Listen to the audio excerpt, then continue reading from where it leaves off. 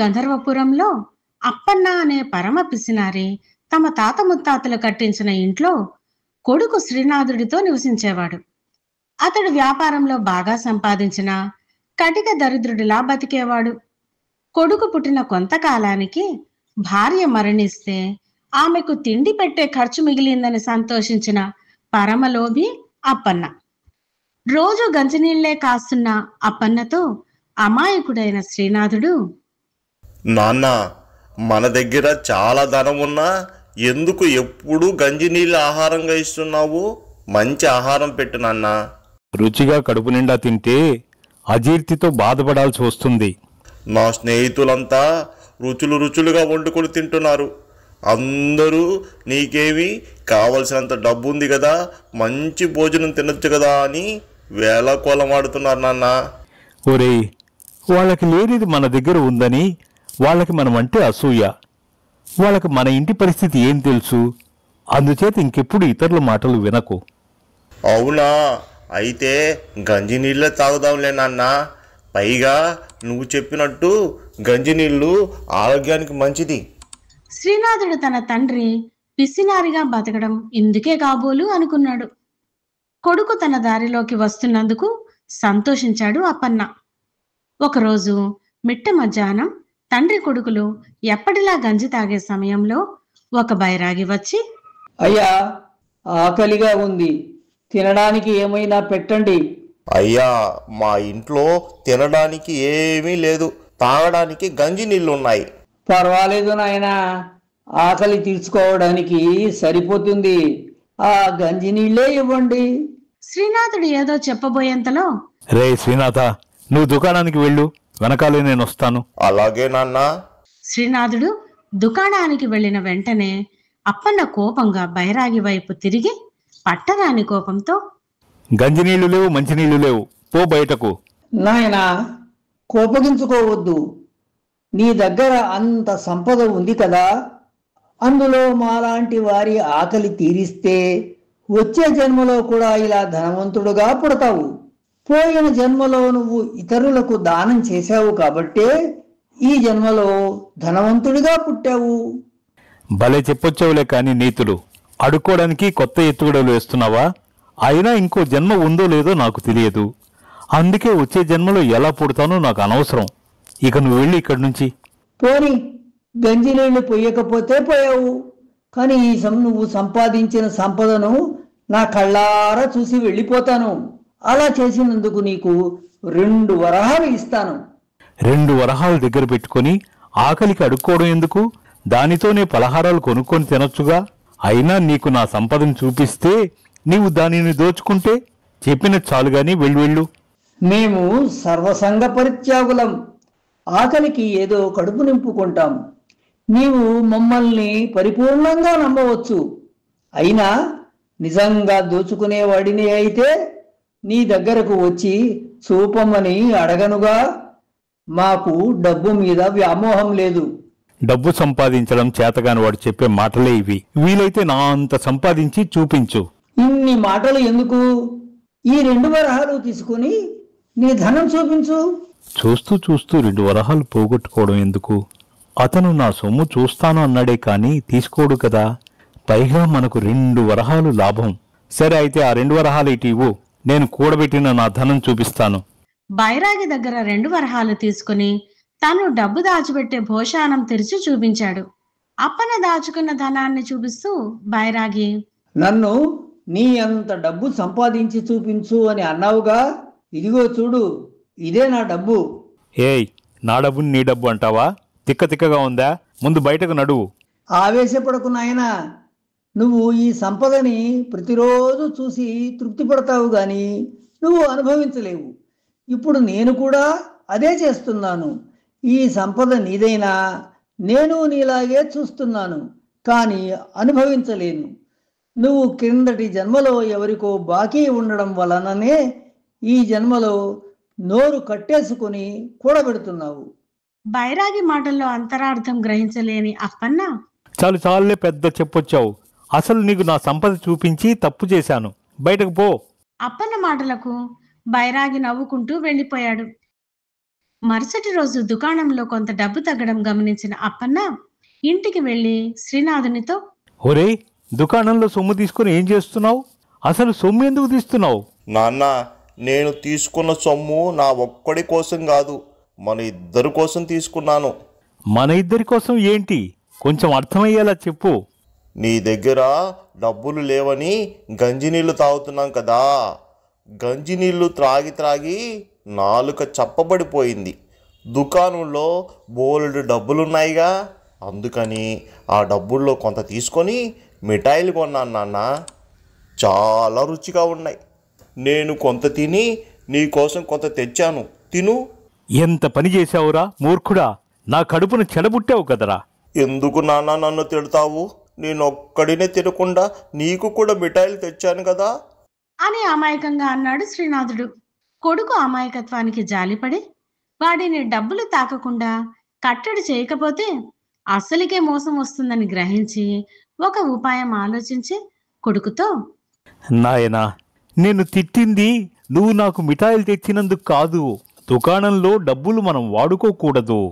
తన దగ్గర ఉన్న ధనమంతా ఒక పెద్ద కుండలో పెట్టి భూమి త్రవ్వి అందులో పెట్టి పైన ఒక్క వరహా మాత్రం పట్టే సందు చేసి, ఈరోజు మన దుకాణంలో వచ్చిన డబ్బు ఇవ్వు అంటూ తీసుకుని ఒక్క వరహా ఉంచుకుని మిగతాదంతా సందు ద్వారా భూమిలో పాతిన కుండలో వేసి, నాయనా, మనం భూమికి అప్పు ఉన్నాము. ఈ భూమిలో మన తాతలు తండ్రులు అప్పు తీసుకున్న రుణదాతలు ఉన్నారు. మనం ప్రతిరోజు మిగిలిన డబ్బులు ఇందులో వేసేయాలి. మనం పేదవాళ్ళం కదా, అందుకే రోజు వచ్చిన ఆదాయాన్ని ఇలా జమ చెయ్యాలి. అయ్యో, ఇన్నాళ్ళు నాన్నని అపార్థం చేసుకున్నాను. పాపం, ఎందుకైనేమో నాన్న రోజు గంజినీళ్ళు మాత్రమే ఇచ్చేది. అవును నాన్న, ఒక్క వరహా వేయకుండా ఎందుకు మిగిల్చావు? అది కూడా వేసేయి, అప్పు త్వరగా తీర్చేద్దాం. పిచ్చోడా, ఈ వరహా మనకి గంజినీళ్ళకు కావాలి కదా. అవును కదా, అయినా మనం కడుపు మార్చుకొని మరి అప్పు తీర్చకపోతే ఏమవుతుంది? భూమి ఏమైనా వచ్చి మనల్ని అడుగుతుందా? అమాయకుడు అనుకున్న కొడుకు నుంచి అటువంటి ప్రశ్న ఊహించకపోవడంతో అప్పన్న గతుక్కుమన్నాడు. ఒక్క క్షణం ఆలోచించి, నాయనా, ఏ రోజు డబ్బు ఆ రోజు ఇక్కడ వేసేయాలి. లేకపోతే ఇద్దరు పెద్ద మనుషులు మనల్ని చంపడానికి వస్తారు. అమ్మో, అలాగా? అయితే పెద్ద మనుషుల డబ్బులు వాళ్ళకి ఎప్పటికప్పుడు ఇచ్చేద్దాంలే నాన్న. శ్రీనాథుడి అమాయకపు బుర్రలో ఈ మాటలు బలంగా నాటుకున్నాయి. మొత్తానికి ఎట్లో ఒకట్లా కొడుకు తన దారికి వచ్చినందుకు సంతోషించాడు అప్పన్న. కొన్ని రోజులు గడిచాయి. ఒకరోజు అప్పన్న కొడుకుని పిలిచి, నాయనా, పని నిమిత్తం రాజధానికి వెళుతున్నాను. ఒక 3 రోజుల తర్వాత వస్తాను. మన గుమాస్తా రంగన్న సహాయంతో దుకాణం చూసుకో. అలాగే ఏ రోజు డబ్బులు ఆ రోజే భూమిలో వేయడం మర్చిపోకు. మీరు సంతోషంగా వెళ్ళిరండి నాన్న, ఇక్కడి వ్యవహారాలు నేను చూసుకుంటాను.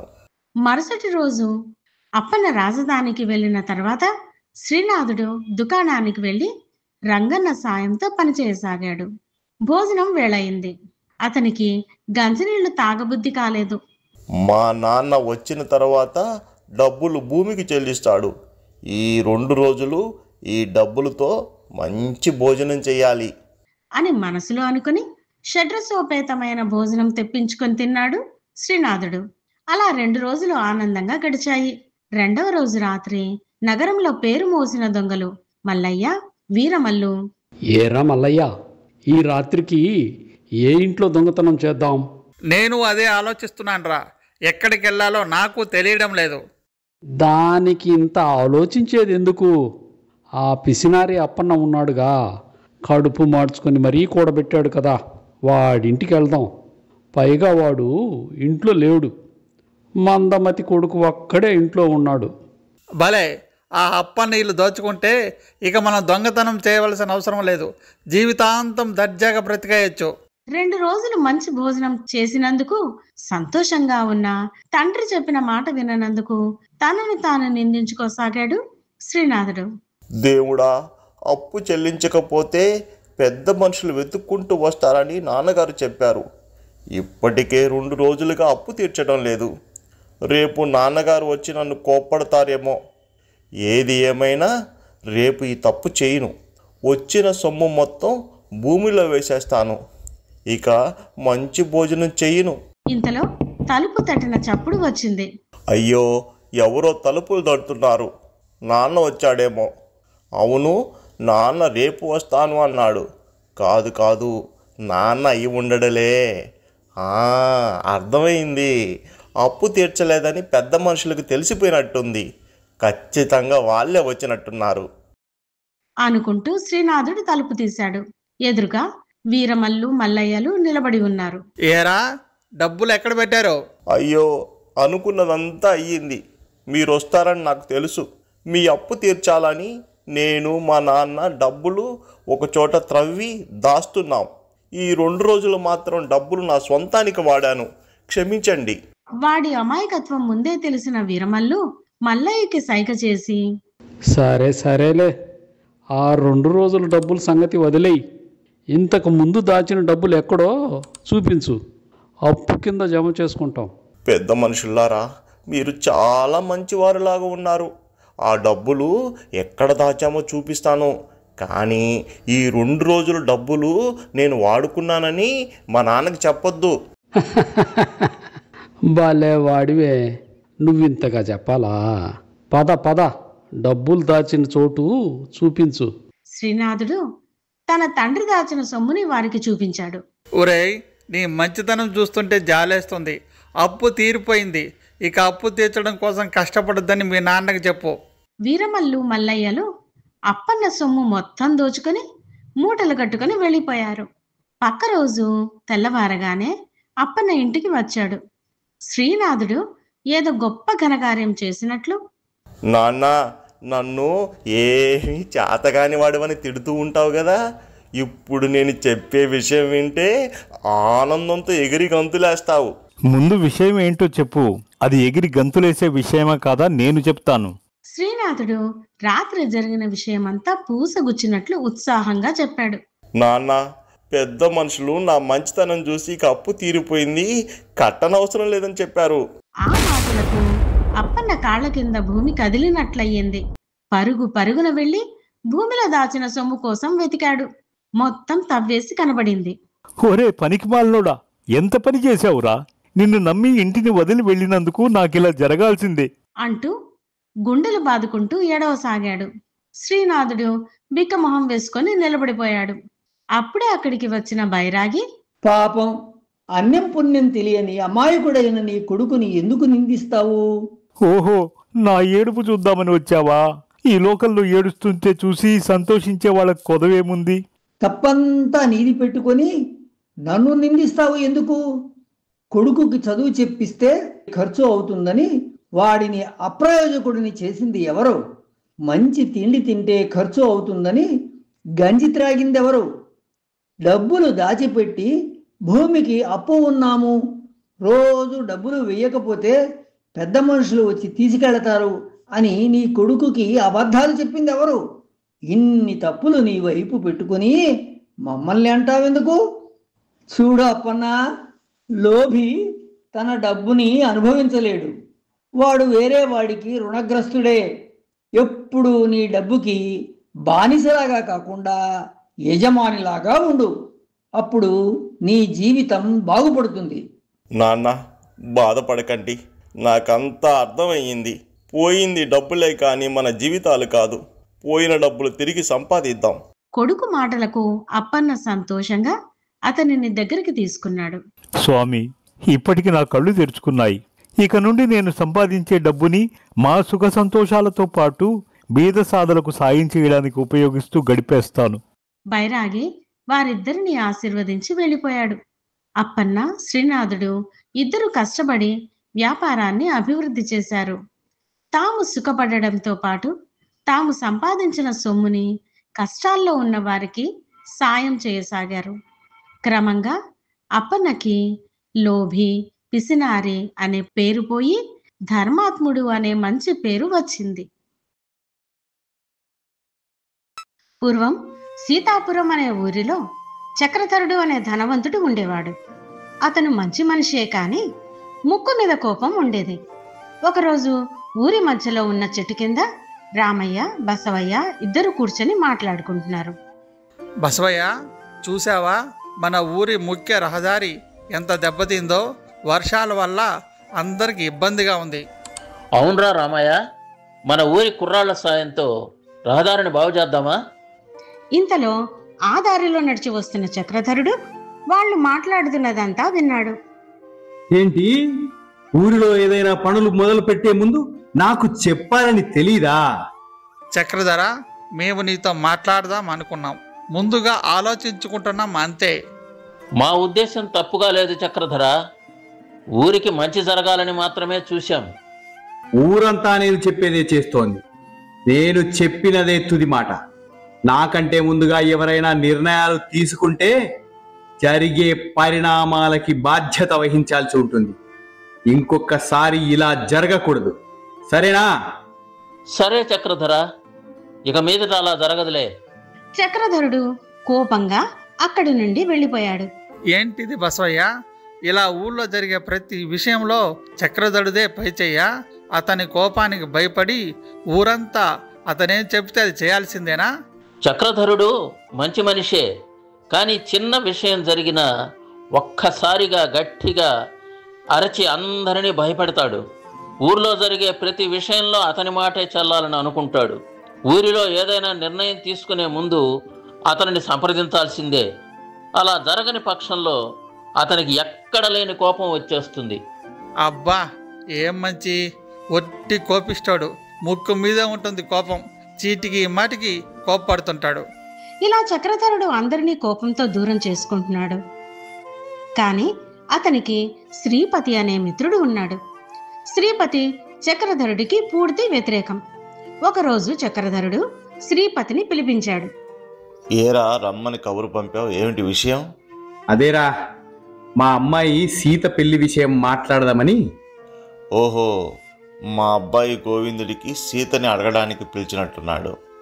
అదేరా, ఆ కృష్ణాపురంలో భూపతి లేడు, వాడి కొడుకు సోమనాథుడికిచ్చి సీత పెళ్లి చెయ్యాలని అనుకుంటున్నాం. ఈ విషయాలు మాట్లాడడానికి నువ్వు కూడా నాతో పాటు కృష్ణాపురం రారా? ఆ మాటలకు శ్రీపతి బాధపడ్డాడు. అరే, వీడు ఆ భూపతితో మాట్లాడేసినట్టున్నాడు. కాదని ఇప్పుడు నేను సీతని గోవిందుడికి అడిగితే వీడికి కోపం వస్తుంది. ఈ విషయం ఇక్కడితో వదిలేస్తే మంచిది. అయినా పెళ్ళిళ్ళు దైవ నిర్ణయాలు, మనం అనుకుంటే మాత్రం జరుగుతాయా ఏంటి? అలాగే లేరా, కృష్ణాపురం వెళ్ళొద్దాంలే. ఇంతలో చక్రధరుడి పాలేరు రంగయ్య అక్కడికి వచ్చాడు. అతన్ని చూసి, ఏం రంగయ్య, నిన్న రాలేదు? పొలానికి ఎరువులు వెయ్యాలి అని నేను చెప్పానుగా. నా మాటంటే అంత నిర్లక్ష్యమా? రంగయ్య ఏదో చెప్పబోతున్నంతలో, అవునులే, సమయానికి మాత్రం జీతం కావాలి, పని మాత్రం నీ ఇష్టం వచ్చినప్పుడే చేస్తావు అని కోపంతో చెడామడా తిట్టేశాడు చక్రధరుడు. ఆ మాటలకు రంగయ్య బాధతో, అయ్యా, ఏ రోజు నేను మీ పని ఎగ్గొట్టలేదు. నిన్న మా మనవడికి ఆరోగ్యం బాలేక పట్టణం తీసుకుని వెళ్ళాను. సమయానికి తీసుకుని వెళ్ళాను కాబట్టే వాడు బ్రతికాడని వైద్యులు చెప్పారు. ఆ మాటలకు చక్రధరుడు నోచుకొని, అయ్యో, అలా గుండ్రాయిలా నిలబడకపోతే ఆ మాట ముందే చెప్పొచ్చు కదా. మీరు చెప్పనిస్తే కదయ్యా. సరే సరే, అన్నం తిన్నావా లేదా? లోపలికి వెళ్ళి తినుపో. ఇదిగో, ఈ 10 వరహాలు ఉంచు. నీ మనవడికి బలమైన ఆహారం పెట్టు అంటూ రంగయ్యకు 10 వరహాలు ఇచ్చాడు. శ్రీపతి మౌనంగా అక్కడ జరిగేదంతా గమనిస్తున్నాడు. రే శ్రీపతి, ఇక మనం కృష్ణాపురం వెళదామా? నేను తయారుగానే ఉన్నాను, నీదేరా ఆలస్యం. ఇద్దరు కృష్ణాపురానికి బయలుదేరారు. దారిలో చక్రధరుడు శ్రీపతితో, రే శ్రీపతి, చాలా రోజులుగా నిన్నొకటి అడగాలనుకుంటున్నాను. ఈరోజు కూడా దారిలో చూశాను. అందరూ నీకు నమస్కరించి పలకరిస్తున్నారు. నాకు అర్థం కాని విషయం ఏంటంటే, ఈ ఊరిలో నేను నీకన్నా స్థితిమంతుడిని, కానీ జనం నిన్ను గౌరవించినంతగా నన్నెందుకు గౌరవించరు? ఇప్పుడు ఏం మాట్లాడితే ఏం గొడవ వస్తుందో ఏమో, ఎందుకు వచ్చిన తంట? దానికి సమాధానం చెప్పాలని ఉంది, కానీ ప్రస్తుతం అది తీసుకునే స్థితిలో నువ్వు లేవు. ఆ పరిస్థితి వచ్చిన రోజు నేను నీకు అర్థమయ్యేలా చెప్తాను. ఏంటోరా, నీ మాటలు ఒక్కోసారి అర్థం కావు, గమ్మత్తుగా ఉంటాయి. శ్రీపతి నవ్వుకున్నాడు. కొంతసేపటికి చక్రధరుడు, శ్రీపతి ఇద్దరూ భూపతి ఇంటికి వెళ్లారు. భూపతితో పాటు కొడుకు సోమనాథుడు కూడా అక్కడే ఉన్నాడు. కుశల ప్రశ్నలు అయ్యాక, చక్రధరుడు గారు, మాకు మీ సంబంధం అన్ని విధాలా సరిపోతుంది. మీ అమ్మాయిని మా కోడలుగా చేసుకునేది ఖాయమే. అన్నీ మీరే మాట్లాడేస్తే ఎలా నాన్న? పెళ్లి చేసుకోవాల్సింది నేను. నా అభిప్రాయం అడగరా? పర్వాలేదు బాబు, నువ్వు చెప్పు, ఏమి కావాలో. నీకేమి కావాలన్నా ఇవ్వడానికి మేము సిద్ధం. నాకు మీ అమ్మాయి అందం, ఆస్తుల గురించి ఎలాంటి అభ్యంతరం లేదు. కానీ ఆగిపోయావేం బాబు? అందం, ఆస్తులు సమస్య కానప్పుడు ఇక సమస్య ఎక్కడుంది? సమస్యల్లా నాకు కాబోయే మామ చక్రధరుడే. ఏంటి సమస్య? నేనా? అవును, మీరే సమస్య. మీకున్న అవలక్షణం కోపం. ఎదుటివాడు చెప్పేది వినకుండానే కోపం తెచ్చుకుంటారు. మీ ఊరిలో మీకు కోపిష్టోడు అనే పేరు ఉంది. నేను రేపు మీ అల్లుడిని అయితే అందరూ నన్ను కోపిష్టోడి అల్లుడు అని పిలుస్తారు. అది నాకు ఇష్టం లేదు. ఆ మాటలకు చక్రధరుడి కోపం కట్టలు తెంచుకుంది. ఓహో, తమరికి కోపిష్టోడికి అల్లుడి కావడం ఇష్టం లేదా? మంచిది. నీలాంటోడికి అసలు నా అల్లుడు అయ్యే అర్హత లేదు. నేనే బుద్ధి తక్కువై నీ ఇంటికి వచ్చాను. నీకన్నా యోగ్యుడికి నా కూతురునిస్తాను అంటూ శ్రీపతి ఎంత వారిస్తున్నా వినకుండా కోపంతో ఊగిపోయాడు చక్రధరుడు. ఏంటయ్యా ఇది? మంచి మర్యాద లేకుండా. నేను నీకన్నా పెద్దగా అరవగలను. సంబంధం ఉందని వచ్చింది మీరు. మేమేమీ మీ గడప తొక్కలేదు. అంత కోపం దేనికి? ఆ మాటే మా అబ్బాయి అన్నాడు. ఈ సంబంధం మాకు వద్దు. ఇక మీరు దయచేయండి. మంచి నిర్ణయం తీసుకున్నావు నాన్న. ఆ కోపిష్టోడి అల్లుడు అయ్యే అవకాశం తప్పించుకున్నందుకు సంతోషిస్తున్నాను. చక్రధరుడు కోపంతో ఇంకా ఏదో అనబోయేంతలో, అయ్యా క్షమించండి, మా వాడి మాట తీరు అంతే, కానీ మనిషి కల్మషం లేనోడు. ఇవేం మనసులో పెట్టుకోకండి. ఆవేశపడకుండా కూర్చొని మాట్లాడుకుందాం. వాళ్లతో మాటలేందిరా? ఇంటికి వచ్చిన వాళ్లతో మాట్లాడడం తెలియనోళ్ళు నా మర్యాద గురించి మాట్లాడతారా? పద వెళదాం. చక్రధరుడు, శ్రీపతి అక్కడి నుండి సీతాపురం తిరిగి వెళ్లారు. ఇంటికి వెళ్ళగానే చక్రధరుడి భార్య కౌసల్య భర్త మొహం చూసి ఏదో జరిగిందని గ్రహించి శ్రీపతితో, వెళ్ళిన పని ఏమైందన్నయ్య? శ్రీపతి జరిగిందంతా కౌసల్యకి చెప్పి వెళ్ళిపోయాడు. పూతే పోయింది వెధవ సంబంధం. నా భర్తకి నచ్చని వాళ్ళు నాకు నచ్చరు. అదేంటి? మామూలుగా అయితే తప్పు నాదే. నా కోపం వలన సంబంధం చెడిపోయింది అంటావు అనుకున్నాను.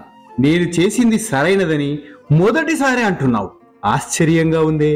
మీరు కోపం తెచ్చుకోనంటే నా మనసులోని మాట చెబుతాను. ఏంటో చెప్పు. మనం ఎక్కడెక్కడో సంబంధాలు చూసే బదులు శ్రీపతి అన్నయ్య కొడుకు గోవిందుడున్నాడుగా. అవునే, నాకు ఆ ఆలోచనే తట్టలేదు. మంచి ఆలోచన. సమయానికి భలే చెప్పావు. గోవిందుడు మన సీతకి సరైన జోడి. రేపే వాడికి కబురు పెడతాను. పక్క రోజు చక్రధరుడి ఇంటికి రంగయ్య వచ్చి, అయ్యా, మన పొలాల్లో పని చేయడానికి పక్క ఊరి నుండి మనుష్యులను తెచ్చాము కదా. వారు పని చేస్తుంటే ఆ భూషణం అడ్డుపడుతున్నాడు. వాడు ఇంత పని చేస్తాడా? వాడు నా గురించి ఏమనుకుంటున్నాడు? ఈరోజు అటో ఇటో తేల్చేస్తాను. భర్త ఆవేశం చూసి గాభరా పడుతూ కౌసల్య, అయ్యో, అంత ఉద్రేకం ఎందుకండి? నెమ్మదిగా మాట్లాడండి, గొడవలు పెట్టుకోకండి. కోపం మంచిది కాదు అంటూ రంగయ్య వైపు చూసి, రంగయ్య, ఇలాంటి విషయాలు నువ్వే ఏదో ఒక సర్దుబాటు చేయొచ్చుగా. అన్నీ ఇక్కడ దాకా తీసుకొని రావడం ఎందుకు? అమ్మా, నేను ఆ భూషణానికి చాలా వరకు సర్ది చెప్పాను. అయినా అతను వింటేగా. ఇక తప్పక అయ్యగారికి చెప్పాను. నువ్వు ఉండు కౌసల్య. నువ్వు ఒక్కసారి కూడా గొంతెత్తి మాట్లాడవు. అదేమంటే ఎప్పుడు నా కోపాన్ని కట్టిపెట్టమంటావు. ఇలాంటి విషయాల్లో కూడా కోపం రాకపోతే ఎలా? పదరంగయ్య, ఈరోజు ఆ భూషణం సంగతి తేల్చేద్దాం. ఇక చక్రధరుడు కోపంగా రంగయ్యతో భూషణం దగ్గరికి వెళ్ళాడు. ఏమిటి భూషణం నువ్వు చేసే పని? అని కోపంగా భూషణాన్ని ప్రశ్నించాడు చక్రధరుడు. అదే నేను అడుగుతున్నాను. మన ఊరి మనుషులను కాదని పక్క ఊరి మనుషులను పనిలో పెట్టుకుంటే మేమెలా బతకాలయ్యా? ఒకరోజు పని చేస్తే 5 వరహాలు కూలీ ఇవ్వాలి, కానీ నువ్వు మాత్రం 8 వరహాలు అడుగుతున్నావు. ఇది అన్యాయం కాదా? ఆ ఊరి వాళ్ళు 5 వరహాలకే పని చేస్తున్నారు, అందుకే వారికి పని ఇచ్చాను. అదంతా కాదయ్యా, మన ఊరిలో వారికే మొదటి ప్రాధాన్యం ఇవ్వాలి, లేకపోతే నేను ఒప్పుకోను. ఆ మాటలకు చక్రధరుడి కోపం నశాలానికి అంటింది. అంతే, పెద్ద పెట్టిన అరుస్తూ, ఒప్పుకోకుంటే ఏం చేస్తావు? ఈ ఊరిలోకెల్లా పెద్ద మోతుబరిని నేను. నన్నే బెదిరిస్తావా? నీ సంగతి చూస్తాను అంటూ భూషణం మీదికి వెళ్ళాడు. ఆ దారిన వస్తున్న శ్రీపతి కొడుకు గోవిందుడు వెంటనే అక్కడికి వచ్చి చక్రధరుడిని ఆపి, మావయ్య ఆగండి, ఏమిటి ఈ ఆవేశం? జరిగింది మొత్తం గోవిందుడికి చెప్పాడు చక్రధరుడు. అయినా నేను ఎంత కూలీ తీసుకోవాలో చెప్పే అధికారం ఈయనకి ఎవరిచ్చారు? సరే అయితే మీరు ఎంత కూలీ తీసుకోవాలో న్యాయాధికారి నిర్ణయిస్తాడు. పదండి, ఇప్పుడే దివాను నుండి వస్తున్నాను. నీ మీద రైతుల దగ్గర నుండి చాలా ఫిర్యాదులు వచ్చాయి. ఇంతకు ముందే నీ గురించి న్యాయాధికారితో మాట్లాడాను. ఇక నీ ఆటలు సాగవు. ఇప్పుడే న్యాయాధికారి వద్దకు వెళ్ళు. నేను వెనకనే వచ్చి నీ సంగతి తేలుస్తాను. తప్పైపోయిందయ్యా, మన్నించండి. పిల్లలు గల్లోని ఏదో డబ్బుకు కక్కుర్తిపడి ఇలా ఎక్కువ డబ్బులు వసూలు చేశాను. ఇక మీదట అలాగ చేయను. ఈ బుద్ధేదో ముందుండాలి. వెళ్ళెళ్ళు, వెళ్ళి న్యాయాధికారిని కలువు. అలాగేనయ్యా.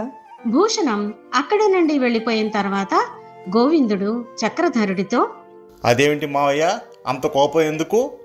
నా కోపానికి అర్థం ఉంటుంది.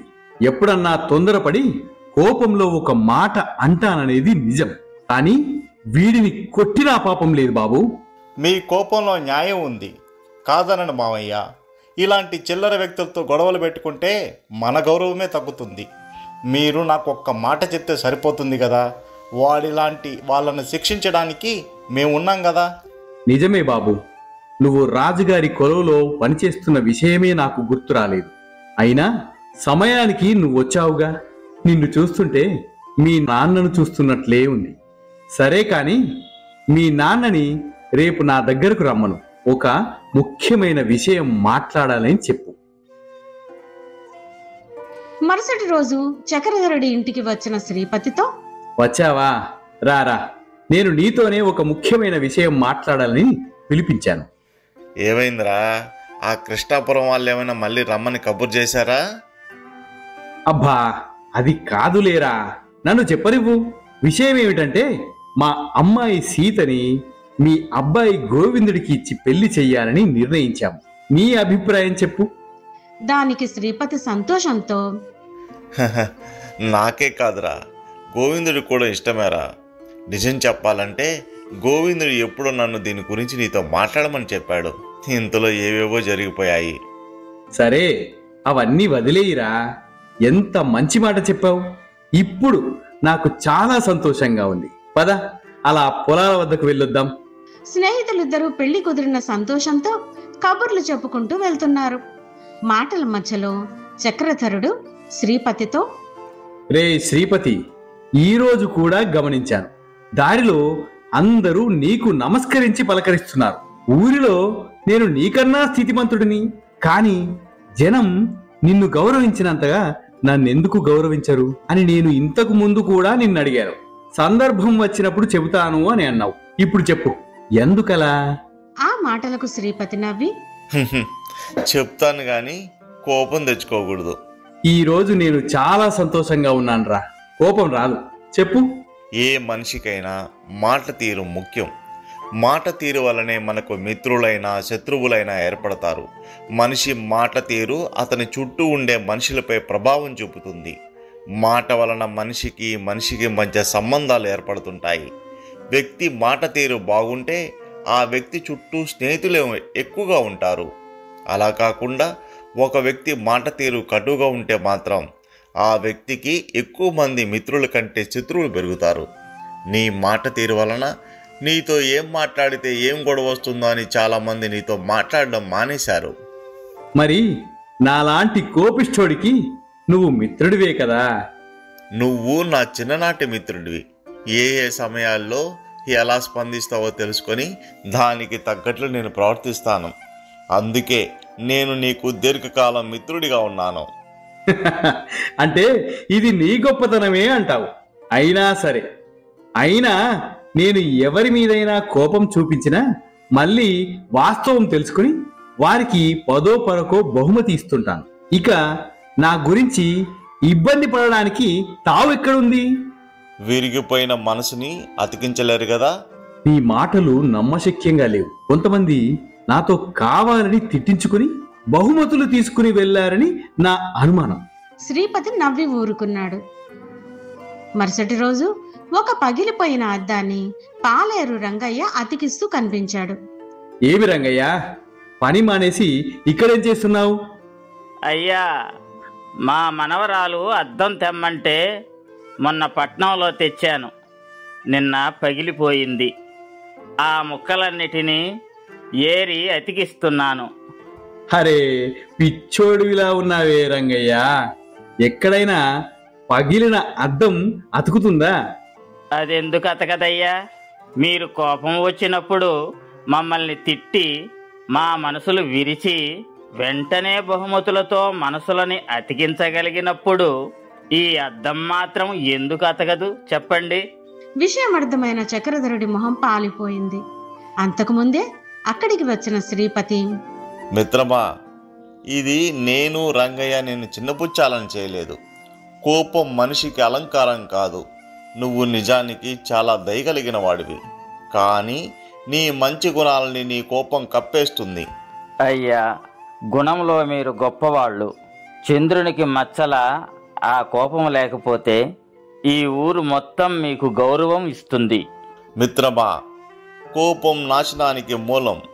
మనం కోపపడిన ప్రతిసారి మనపై మనం గెలిచినట్టు కాదు, ఓడినట్టే.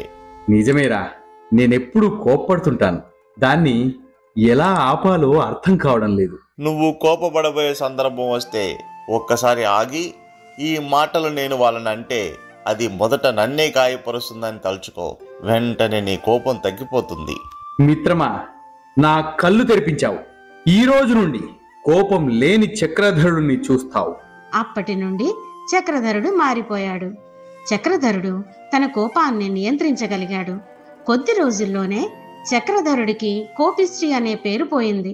అంతేకాదు, ఆ పేరుకు సహనశీలుడు అన్న బిరుదు కూడా జతయ్యింది. ఊరిలో వారందరూ చక్రధరునితో గౌరవంగా ప్రేమగా మసలుకోసాగారు. తర్వాత గోవిందుడికి సీతకి పెళ్ళైపోయింది. చక్రధరుడి కథ సుఖాంతమైంది. సీతాపురంలో నిరంజనుడు అనే యువకుడు ఉండేవాడు.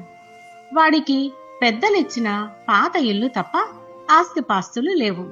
అయితే అతనికి చాలా కష్టించి పనిచేస్తాడనే పేరుంది. ఒకరోజు చలమయ్య పొలం నుండి తిరిగి వస్తున్న నిరంజనుడితో, ఒరేయ్ నిరంజన, ఎన్ని రోజులని ఇలా ఒంటరిగా ఉంటావు? ఈరోజు మీ మామయ్య దగ్గరకు వెళ్ళి కమలతో పెళ్లి విషయం మాట్లాడు. నిజమే చలమయ్య, రోజులు అలాగే గడిచిపోతున్నాయి. ఈ రోజు మామయ్య దగ్గరికి వెళ్ళి కమలతో నా పెళ్లి విషయం అడుగుతాను. అదే ఊళ్ళో నిరంజనుడి మామ శ్రీపతి నివసిస్తున్నాడు. నిరంజనుడిని చూడగానే శ్రీపతి మొహం చిట్లించుకున్నాడు. మామయ్య, బాగున్నారా? మేమంతా బాగానే ఉన్నాం, కానీ ఇంతకీ తమరు ఎందుకు వచ్చినట్టో?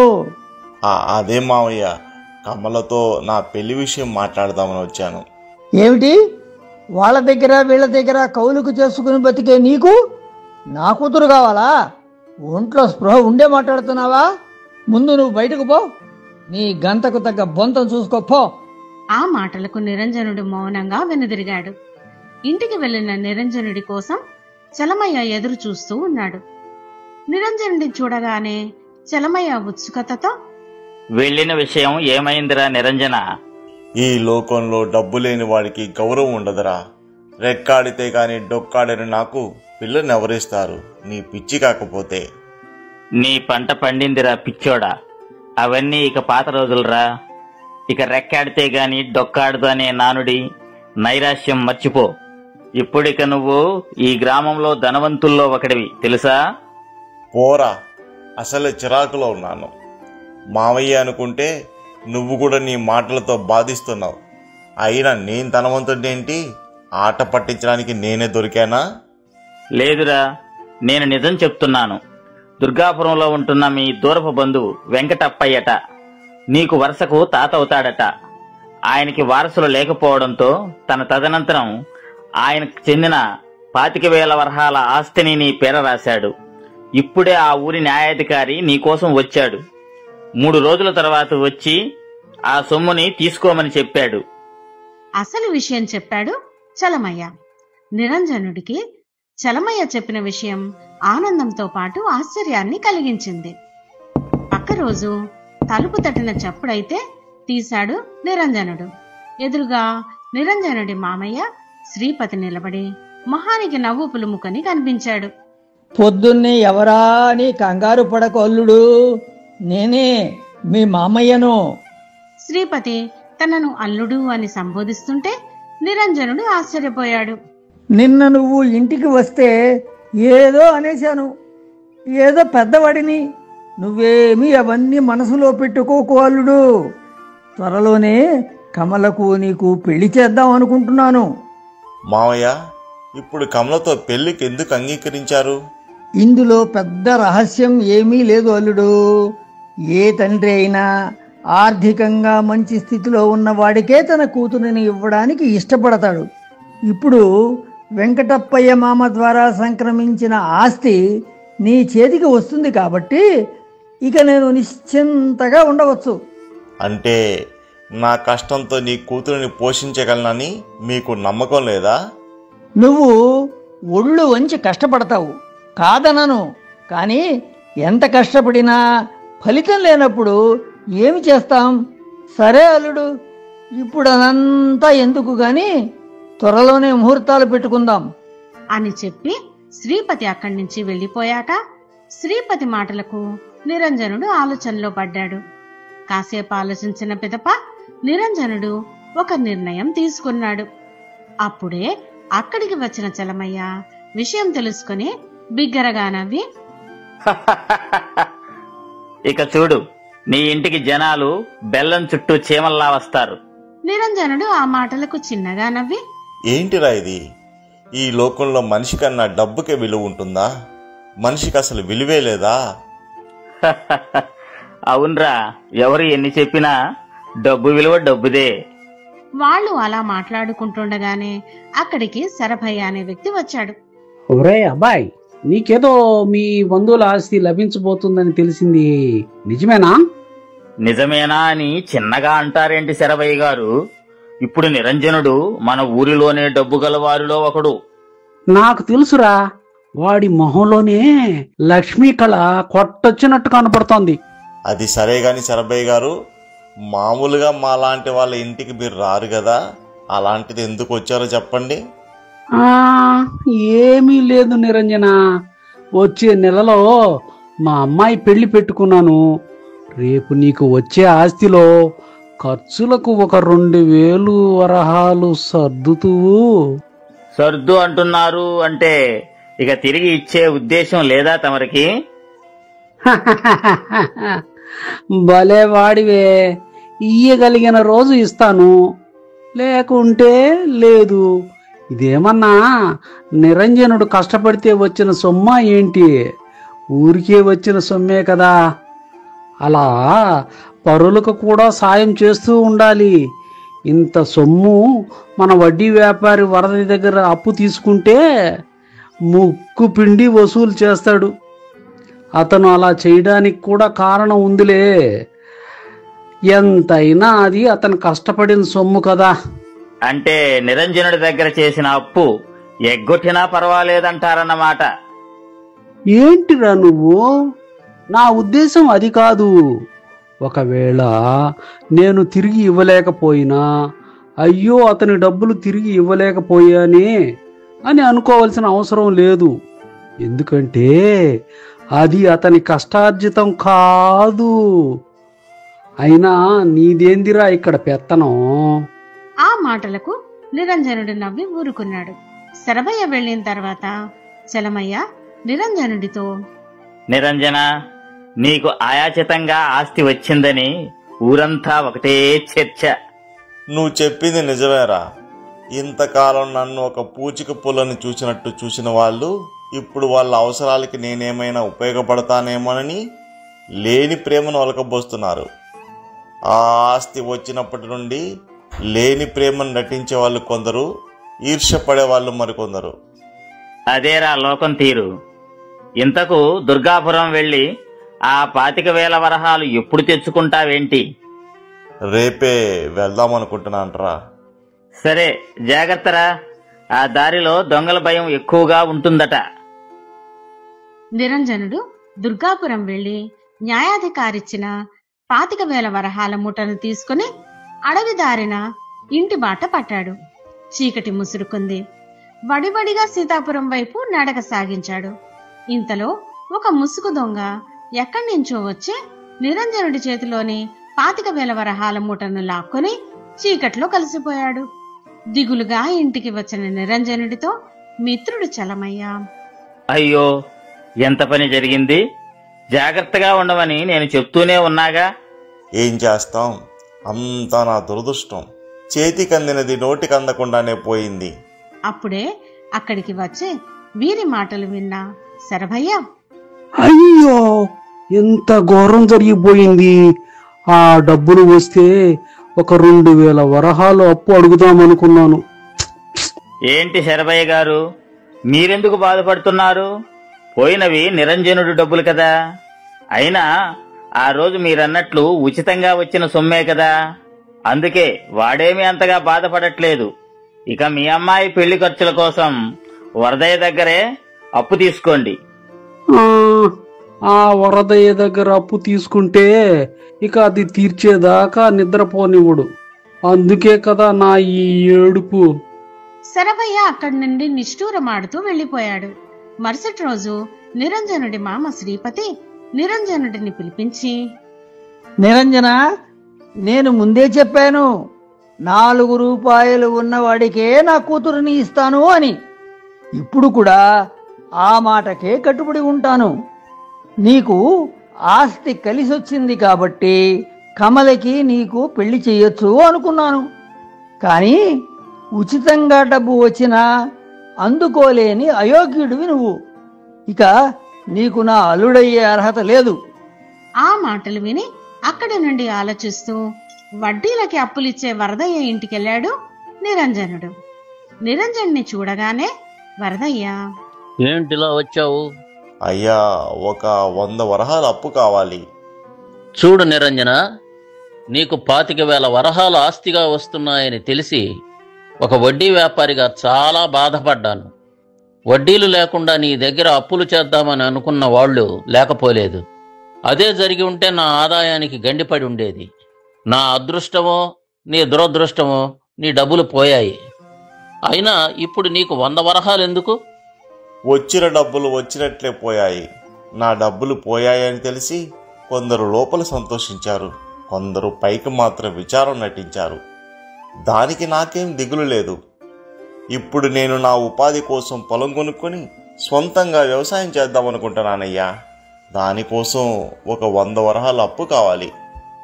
కష్టపడి పనిచేసి నీ కాళ్ల మీద నువ్వు నిలబడదామనుకోవడం మంచి ఆలోచన. కానీ 100 వరహాలతో ఎంత పొలం వస్తుంది చెప్పు? అందుకే ఇంకో 3 వద్ద 100 వరహాలు అప్పుగా అడిగాను. కాకపోతే మీ అప్పు తీర్చడానికి నాకు ఒక సంవత్సరం గడువు కావాలి. నీకు అప్పు ఇవ్వడానికి నాకు ఏ అభ్యంతరమూ లేదు. కానీ ఒకవేళ పంట పండక నా అప్పు తీర్చకపోతే నీ వెనక ఆస్తిపాస్తులు లేవు కదా. అయ్యా, మీకేమి భయం వద్దు. నేను ఉంటున్న పాత పెంకుటిల్లు ఎంత లేదన్నా 2,000 వరహాలు చేస్తుంది. అది అమ్మేసి మీ బాకీలు తీరుస్తాను. అట్లయితే సరే. ఒక వడ్డీ వ్యాపారిగా నా జాగ్రత్తలో నేనుండాలి కదా. అందుకే నీ దగ్గర హామీ తీసుకున్నాను. అని నిరంజనుడికి 100 వరహాలు అప్పిచ్చాడు. అలా నలుగురు దగ్గర అప్పు చేసి 4 ఎకరాలు కొన్నాడు నిరంజనుడు.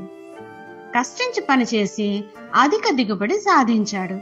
అలా తెలియకుండానే 2 ఏళ్లు గడిచిపోయాయి. అప్పులు తీరిపోను ఇంకో 2 ఎకరాలు కొన్నాడు నిరంజనుడు. ఒకరోజు శ్రీపతి నిరంజనుడిని కలిసి, అల్లుడు, నీ విషయంలో తప్పు చేశాను. నీ పట్ల నేను చాలా కటువుగా వ్యవహరించాను. అయినా నువ్వు కష్టించి పనిచేసి ఇంత వాడివయ్యావు. నిన్ను చూస్తే ఒకంత గర్వంగా ఉంది. అల్లుడు అని ఇప్పుడు నేను పిలిచిన పిలుపు నీ మీద నిజమైన గౌరవంతో కూడినది. కానీ మళ్ళీ నిన్ను ఏ మొహం పెట్టుకొని కమలని పెళ్లి చేసుకోమని అడగను. మావయ్య, ఇందులో మీరు చేసిన తప్పు ఏమీ లేదు. ఓ ఆడపిల్ల తండ్రిగా మీరు ఆలోచించారు. కమల, నేను ఒకరికొకరు నచ్చాము. అందుకే తను నా కోసమే ఎదురు చూసింది. ఇప్పుడు మీరు కమలతో నా పెళ్లి ఒప్పుకున్నందుకు సంతోషం. అల్లుడు, డబ్బు ముఖ్యమే, కానీ కష్టించి పనిచేయడం కూడా ముఖ్యం. నీకు నీ కష్టంతోనే డబ్బు, గౌరవం దక్కింది. ఒకవేళ నీకు ఉచితంగా వచ్చిన 25,000 వరహాలు నీ వద్ద ఉండి ఉంటే ఈ గౌరవం దక్కేది కాదేమో. కొన్ని రోజులకు నిరంజనుడికి కమలకి పెళ్లి జరిగింది. ఒకరోజు కమల నిరంజనుడితో, ఏమండి, నాదొక సందేహం. సందేహిస్తావెందుకు? ఏమిటో అడుగు కమల. మీరు అప్పు చేసి పొలం కొని వృద్ధిలోకి వచ్చారు కదా, ఆ పని ముందే ఎందుకు చేయలేదు? పోయిన డబ్బు మీలో పట్టుదల పెంచిందా, లేక డబ్బు పోగొట్టుకున్నారనే జాలితో వాళ్ళు మీకు అప్పులు ఇచ్చారా? దానికి నిరంజనుడు పెద్దగా నవ్వి అటు ఇటు చూసి, కమల, నీకు రహస్యం చెప్తాను విను. అసలు ఆ 25,000 వరహాలు పోలేదు. అవి నా దగ్గరే ఉన్నాయి. ఆ మాటలకు కమల ఆశ్చర్యపోయింది. ఏమిటి, మీ డబ్బు దొంగ దోచుకొని పోలేదా? మీ దగ్గరే ఉందా? అవును, ఆ డబ్బుని ఏ దొంగ దోచుకుని పోలేదు. ఉచితంగా నాకు ఆస్తి కలిసి వచ్చింది అని అనగానే కొందరు నా దగ్గర అప్పు చేద్దాం అనుకున్నారు. అలాగే మీ నాన్న కూడా వచ్చి సంబంధం మాట్లాడారు. నేను ఈ సొమ్ముతో బ్రతికినంతకాలం ప్రజలు నన్ను లోకుగానే చూసేవారు. అందుకే నేను ఒక నిర్ణయం తీసుకున్నాను. దాని ప్రకారం నా మిత్రుడు చలమయ్య ముసుగు దొంగలా వచ్చి నా సొమ్మును కాజేసి తర్వాత నా చేతికిచ్చాడు. అట్లయితే మీరు కష్టపడి వ్యవసాయం చేసి వచ్చిన సొమ్ముతో అప్పులు తీర్చారనేది అబద్ధం అన్నమాట. మీ దగ్గర ఉన్న 25,000 వరహాలలో ఇదంతా చేశారా? లేదు లేదు, నిజంగా కష్టపడి పనిచేసి సంపాదించిన సొమ్ముతోనే అప్పులు తీర్చి పొలం కొన్నాను. కాకపోతే ఇంతకు ముందు ఉన్న ఒక్క ఇల్లు పంటలు పండకపోతే పోతుందేమో అనే భయంతో అప్పులు చేసే ధైర్యం లేదు. ఇప్పుడు వెనుక 25,000 వరహాలు ఉన్నాయన్న ధీమాతోనే అప్పు చేసి వ్యవసాయం చేశాను. ఒళ్ళు వంచి రేయనక పగలనక కష్టపడ్డాను. కమల, జీవితంలో నిజమైన గౌరవం, నిలకడ మనం పొందేది కష్టంతో మాత్రమే. అందుకే ఆ డబ్బు ఉందని కూడా నేను మర్చిపోయేంతగా శ్రమించాను. లాభాలు వచ్చాయి. దానితో పాటు నాకు ఉచితంగా వచ్చిన డబ్బు పోలేదు. ఊర్లో నా గౌరవం కూడా పెరిగింది. నా భర్త తెలివిగా ఉండడమే కాకుండా సోమరిలా కాకుండా కష్టించి ఇంత వాడయి ఊరిలో మంచి పేరు తెచ్చుకున్నందుకు నాకు చాలా సంతోషంగా, గర్వంగా ఉంది. అప్పటి నుండి నిరంజనుడి జీవితం నిలకడగా మారింది. అతని నిజాయితీ, పట్టుదల, స్వాభిమానంతో కూడిన ఆత్మగౌరవం అతన్ని సీతాపురంలో అత్యంత గౌరవనీయుడిగా నిలబెట్టింది.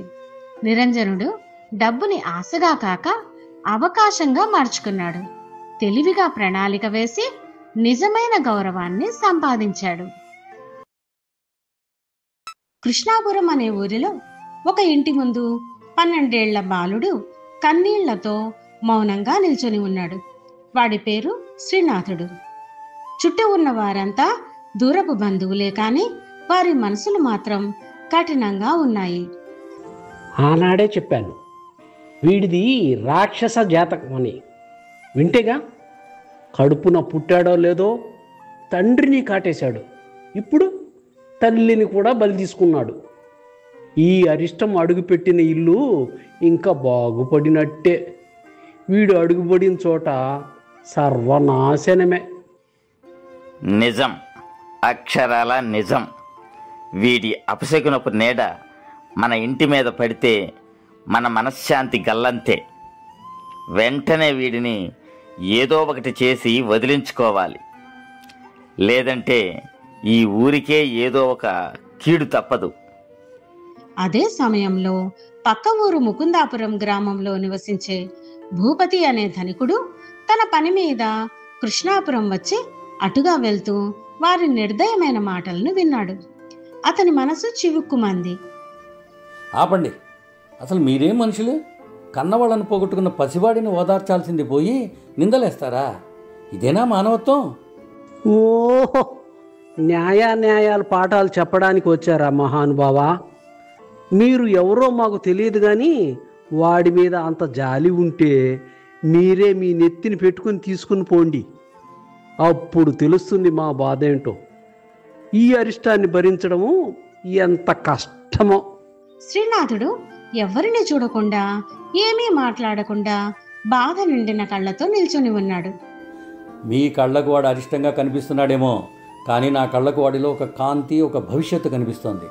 సరే, మీరంత భారం అనుకుంటే ఈ క్షణం నుంచి వీడి బాధ్యత నాది. వీడిని నాతో పాటు మా ముకుందాపురానికి తీసుకెళ్తాను.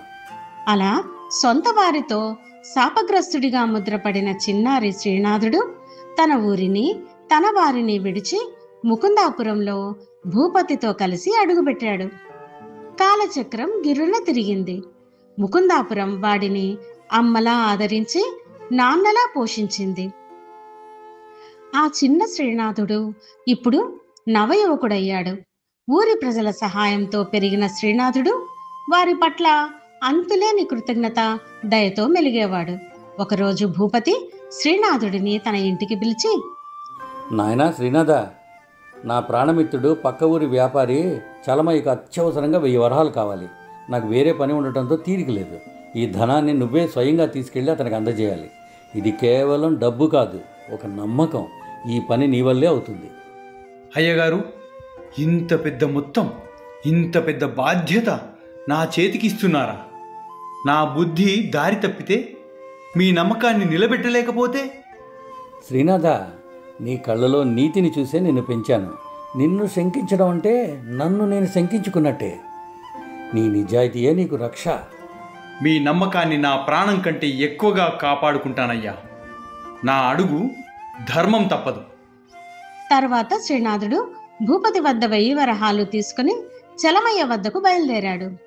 చలమయ్య వద్దకు వెళ్ళిన శ్రీనాథుడు విషయం మొత్తం చెప్పి, అయ్యా, మా అయ్యగారు భూపతి గారు వేరే ముఖ్యమైన పని మీద వెళ్ళడం వలన ఈ డబ్బులు మీకు అందజేయమని నన్ను పంపించారు అంటూ చలమయ్యకు ఆ 1000 వరహాలు ఎంతో వినయంగా అందించాడు. నాయనా, సమయానికి దేవుడిలా వచ్చావు. ఈ డబ్బు అందకపోతే నా పరువు పోయేది. భూపతి గారికి నా హృదయపూర్వక కృతజ్ఞతలు తెలియజేయి. నీబోటి నిజాయితీ ఉన్న వ్యక్తి దొరకడం భూపతి గారి అదృష్టం. దీర్ఘాయుష్మాన్ భవ. శ్రీనాథుడు చలమయ్యకి డబ్బులు ఇచ్చేసి తిరిగి ముకుందాపురం బయలుదేరాడు. ముకుందాపురం గ్రామ సరిహద్దుల్లో గల ఒక చెరువులో ఒక వ్యక్తి ఈత రాక ప్రాణాపాయ స్థితిలో కొట్టుమిట్టాడుతున్నాడు. అటుగా ఊర్లోకి వెళ్తున్న శ్రీనాథుడు ఒక్క క్షణం కూడా ఆలోచించకుండా చెరువులో దూకి ఆ వ్యక్తి ప్రాణాలు కాపాడాడు. ఇంతలో ముకుందాపురం ఊరి పెద్ద దుర్గయ్య పరుగున అక్కడికి వచ్చి, శ్రీనాథ, నా వంశదీపాన్ని కాపాడావు. నా ఆస్తి మొత్తం ఇచ్చినా నీ రుణం తీరదు. నీకేం కావాలో కోరుకో. అయ్యగారు, ఆశించి చేసేది సహాయం కాదు, వ్యాపారం. ప్రాణం నిలబెట్టడం ఒక మనిషిగా నా ధర్మం. ఈ ఊరు నాకిచ్చిన జీవితానికి ఇది చిన్న సాయం మాత్రమే. నువ్వు ముకుందాపురానికి దొరికిన మాణిక్యానివి నాయనా. చల్లగా వర్ధిల్లు. ఆ నిజాయితీకి మురిసిపోయిన దుర్గయ్య శ్రీనాథుడిని మనస్ఫూర్తిగా దీవించాడు. మరుసటి రోజు భూపతి శ్రీనాథుడిని ఇంటికి పిలిపించి, నాయనా శ్రీనాథ, మన ఊరి పెద్ద దుర్గయ్య గారి కొడుకుని కాపాడావని తెలిసింది. చాలా గర్వంగా ఉంది. ఇన్నాళ్ళు ఊరిలో ఎవరు ఏ పని చెప్పినా చేస్తూ దానికి వారు తృణమో ఫణమో ఇస్తే తీసుకుంటూ అందరి వాడివయ్యావు. ఇకపై నువ్వు సొంతంగా నీ కాళ్ళ మీద నిలబడాలి. నా పశువుల శాలకు వెళ్ళి మంచి పాడి ఉన్న 4 గేదెలను నించుకో. పాల వ్యాపారంతో నీ కొత్త జీవితానికి శ్రీకారం చుట్టూ. మీ మాటకు ఎదురు చెప్పుతున్నందుకు మన్నించండి. మీలాంటి గొప్ప మనుషుల నీడలో నా బతుకు హాయిగా సాగిపోతోంది. మీరే ఈ ఊరికి తీసుకొచ్చారు. మీకు, ఈ ఊరికి నేను ఎంతో రుణపడి ఉన్నాను. ఈ ఊరే నా ప్రపంచం. ఇంకా కొత్తగా ఈ వ్యాపారాలు ఎందుకు చెప్పండి?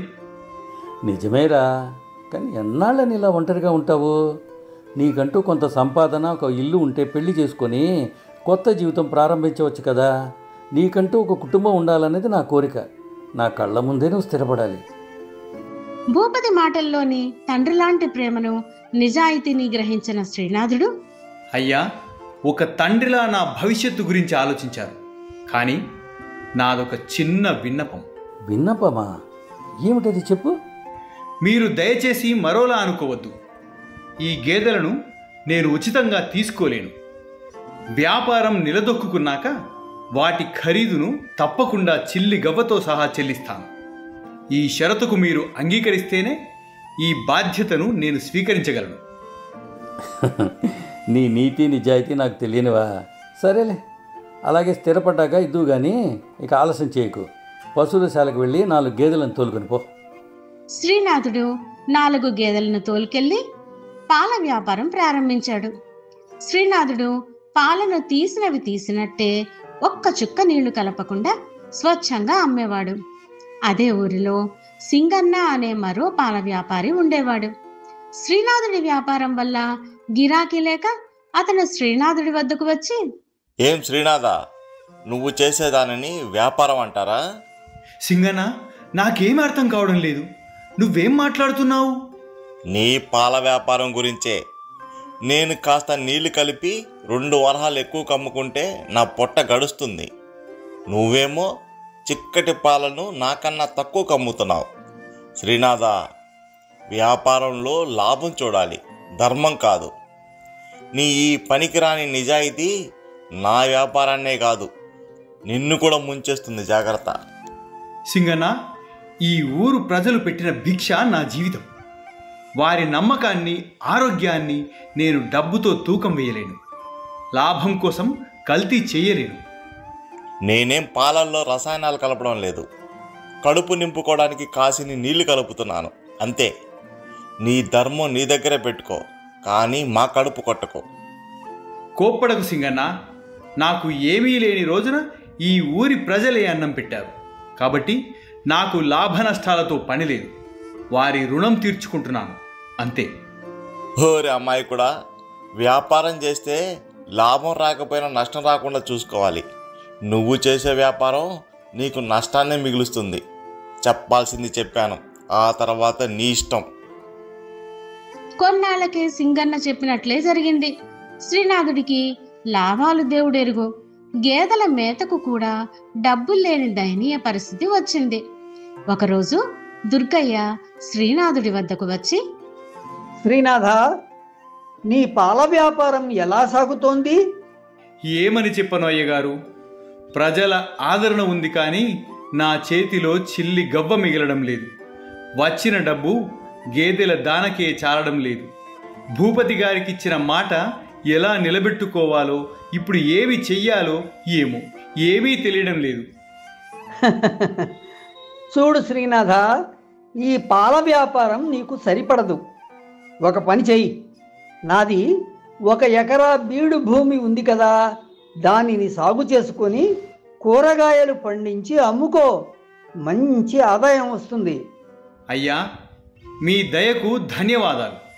ఆలోచన బాగుంది, కానీ నాదొక విన్నపం. ఆ భూమికి నేను కౌలు చెల్లిస్తాను. దయచేసి కాదనవద్దు. ఒరేయ్, మళ్ళీ అదే పంతమా? నేను డబ్బుల కోసం ఇవ్వడం లేదు, నీపై అభిమానంతో ఇస్తున్నాను. లేదు లేదు, మీరు కౌలు తీసుకుంటానంటేనే నేను మీ పొలం తీసుకుంటాను. శ్రీనాథుడు మంకు పట్టు పట్టాడు.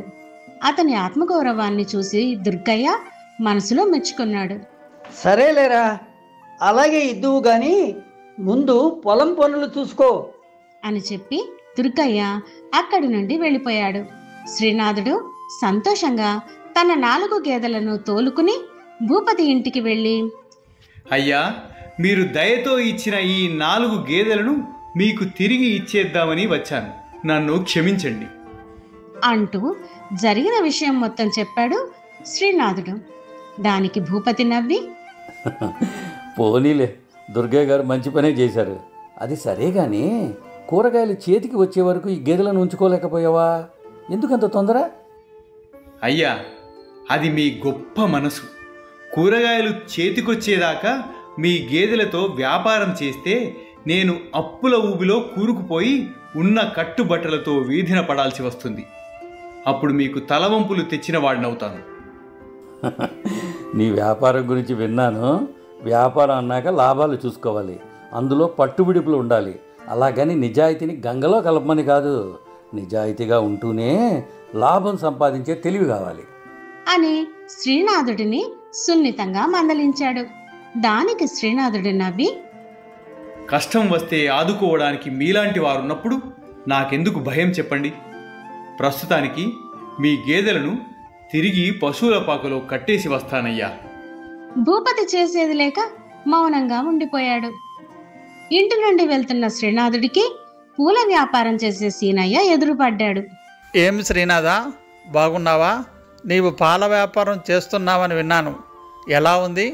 శ్రీనాథుడిని నిట్టూర్చి తన పాల వ్యాపారం కథంతా, ఇంకా కొత్తగా మొదలు పెట్టబోతున్న కూరగాయల సాగు గురించి సీనయ్యకు చెప్పాడు. అంతా విన్న సీనయ్య, ఒరేయ్, ఒక పని చెయ్యి, నా పూల వ్యాపారం నీకు ఇస్తాను. మా అబ్బాయి నన్ను పట్నం రమ్మంటున్నాడు, నేను వెళ్ళిపోతున్నాను. పాల వ్యాపారంలో చాకిరీ ఉండదు, పెట్టుబడి తక్కువ. నీ కాయగూరలు చేతికి వచ్చే లోపల ఈ పూల వ్యాపారం నిన్ను ఆదుకుంటుంది. సీనయ్య మాటలు నిజమేననిపించి శ్రీనాథుడు పూల వ్యాపారం తీసుకున్నాడు. పొద్దున సాయంత్రం పూల వ్యాపారం చేసుకుంటూ మిగతా సమయంలో దుర్గయ్య ఇచ్చిన పొలంలో కూరగాయలు పండించుకుంటున్నాడు. కొన్ని రోజులకి భూపతి శ్రీనాథుడిని కలిసి, ఒరే, ఊళ్ళో నీ పూల వ్యాపారం గురించి విన్నాను. తోటి వ్యాపారి రంగయ్య నీ మీద కోపంతో రగిలిపోతున్నాడట. మళ్ళీ అదే కథ మొదలైందా ఏమిటి? నేనేం చేశాను? ఎవరికీ అన్యాయం చేయలేదే. నువ్వు వాడిపోయిన పూలను పక్కన పెట్టి తాజా పూలను మాత్రమే తక్కువ ధరకు అమ్ముతున్నావు. రంగయ్య ఏమో వాడిపోయిన పూలను తాజా పూలతో కలిపి నీకన్నా ఎక్కువ ధరకు అమ్ముతున్నాడు. నీ దెబ్బకు వాడి వ్యాపారం పూర్తిగా పడిపోయింది. అయ్యా, అయితే అతన్ని కూడా నాలాగా మంచి పూలనే అమ్మమనండి. ప్రజలను మోసం చేయడం ఎందుకు? అతని సంగతి నీకెందుకు? ఇలా తక్కువ ధరకు నాణ్యమైన పువ్వులను అమ్మితే నీకు ఆదాయం ఏమైనా పెరిగిందా అంటే అది లేదు. అలాంటప్పుడు నీకు వ్యాపారం ఎందుకు? శ్రీనాథ, నేను చెప్పేది విను. వ్యాపారం అంటే లాభ నష్టాల లెక్క. అందులో కాస్త తెలివి ఉండాలి, కాస్త ఎత్తుగడ ఉండాలి. నువ్వు చేసేది వ్యాపారం కాదు, మూర్ఖత్వం. నీ అతి మంచితనం నీకు నష్టం కలిగిస్తోంది. నిజం చెప్పాలంటే నువ్వు వ్యాపారానికి పనికిరావు. నీలో ఆ లక్షణాలే లేవు. నిన్ను ప్రోత్సహించి నేను పెద్ద తప్పు చేశాను అంటూ భూపతి తీవ్ర నిరాశతో వెళ్ళిపోయాడు. ఒకరోజు దుర్గయ్య భూపతి ఇంటికి వచ్చి, భూపతి, చూసావా, మనం ఎంతగా వాడిని బాగు చేద్దామనుకున్నా వాడి అతి మంచితనం, మొండి పట్టుదల వాడిని ముంచేస్తూనే ఉన్నాయి. ఇప్పుడు కూరగాయల వ్యాపారంలో కూడా సేంద్రియమని, నాణ్యత అని చెప్పి అన్నీ నష్టపోయాడు. పాపం, వాడి తలరాతే ఇంతేనేమో. భూపతి ఏదో చెప్పబోతుండగా శ్రీగుప్తుడు అనే పెద్ద వ్యాపారి అక్కడికి వచ్చి, అయ్యా భూపతి గారు, అనాథగా పెరిగిన శ్రీనాథుడి బాగోగులు మీరిద్దరూ చూశారని తెలిసి అతని పెళ్లి విషయం మాట్లాడదామని వచ్చాను. మా శ్రీనాథుడి పెళ్లి విషయమా? మా వాడు బంగారం, వాడికి మేమంతా ఉన్నాం. అమ్మాయి ఎవరో చెప్పండి, మేము వాడికి ఏ లోటు రాకుండా చూసుకుంటాం. అయ్యా, ఆ అమ్మాయి నా కన్న కూతురే. ఇంకో నిజం చెప్పాలి, అది మిమ్మల్ని ఆశ్చర్యపరచవచ్చు. శ్రీనాథుడు పరాయివాడు కాదు, నా సొంత మేనల్లుడు, నా చెల్లెలి కొడుకు. నాటి నా దరిద్రపు దుస్థితిలో వాడిని ఆదుకోలేకపోయాను. ఆ బాధ నన్ను ఇప్పటికీ దహించి వేస్తోంది. భూపతి ఆశ్చర్యపోయి శ్రీనాథుడి వ్యాపార నష్టాల గురించి, అతని విఫల ప్రయత్నాల గురించి చెప్పి, వాడి నిజాయితీ, అతి మంచితనం వాడి వ్యాపారాన్ని దెబ్బతీస్తున్నాయి. అదే మా బాధ. వాడిని ఎలా దారిలో పెట్టాలో అర్థం కావడం లేదు. భూపతి గారు, దీనికి చింతించకండి. ఇది సమస్యే కాదు, పరిష్కారం కళ్ళ ముందే ఉంది. అందరూ వ్యాపారం చేయలేరు, చెయ్యకూడదు కూడా. శ్రీనాథుడిది వ్యాపారి మనస్తత్వం కాదు, అతనికి వ్యాపార దక్షత లేదు. కానీ నిజాయితీ అనే అపారమైన ఆస్తి ఉంది. నా మిత్రుడైన జమీందారు గారికి తన దివాణంలో నమ్మకమైన, నీతిమంతుడైన ఉద్యోగి కావాలి. ఆ ఉద్యోగానికి శ్రీనాథుడిని మించిన సరైన వ్యక్తి లేడు. శ్రీనాథుడి సమస్యకు సరైన పరిష్కారం దొరికినందుకు భూపతి, దుర్గయ్యలు సంతోషించారు. శ్రీగుప్తుడి కూతురితో శ్రీనాథుడి వివాహం ఘనంగా జరిగింది. శ్రీగుప్తుడి సిఫారసుతో జమీందారు దివాణంలో ఉద్యోగిగా చేరి అక్కడ తన నిజాయితీ, కఠోర శ్రమతో పనిచేస్తూ అందరి మన్ననలు పొందాడు శ్రీనాథుడు. కొద్ది కాలంలోనే జమీందారుకు అత్యంత నమ్మకస్తుడైన వ్యక్తిగా ఎదిగాడు. ప్రతి మనిషికి ఒక ప్రత్యేకమైన నైజం, గుణం ఉంటాయి. లోకంలో అందరూ వ్యాపారులు కాలేరు. విజయం అంటే ఇతరులు నిర్దేశించిన దారిలో పరిగెత్తడం కాదు, మన సహజ గుణాలకు సరిపోయే మార్గాన్ని ఎంచుకోవడం. శ్రీనాథుడి నిజాయితీ వ్యాపారంలో లోపంగా మారింది, కానీ అదే నిజాయితీ ఉద్యోగంలో అతనికి కిరీటాన్ని పెట్టింది. మనలోని గుణాన్ని లోపంగా చూడకుండా దానికి సరైన క్షేత్రాన్ని ఎంచుకుంటే అదే మనల్ని ఉన్నత శిఖరాలకు చేరుస్తుంది. మరిన్ని మంచి కథల కోసం లైక్ చేయండి, కామెంట్ చేయండి, షేర్ చేయండి, సబ్స్క్రైబ్ చేయండి.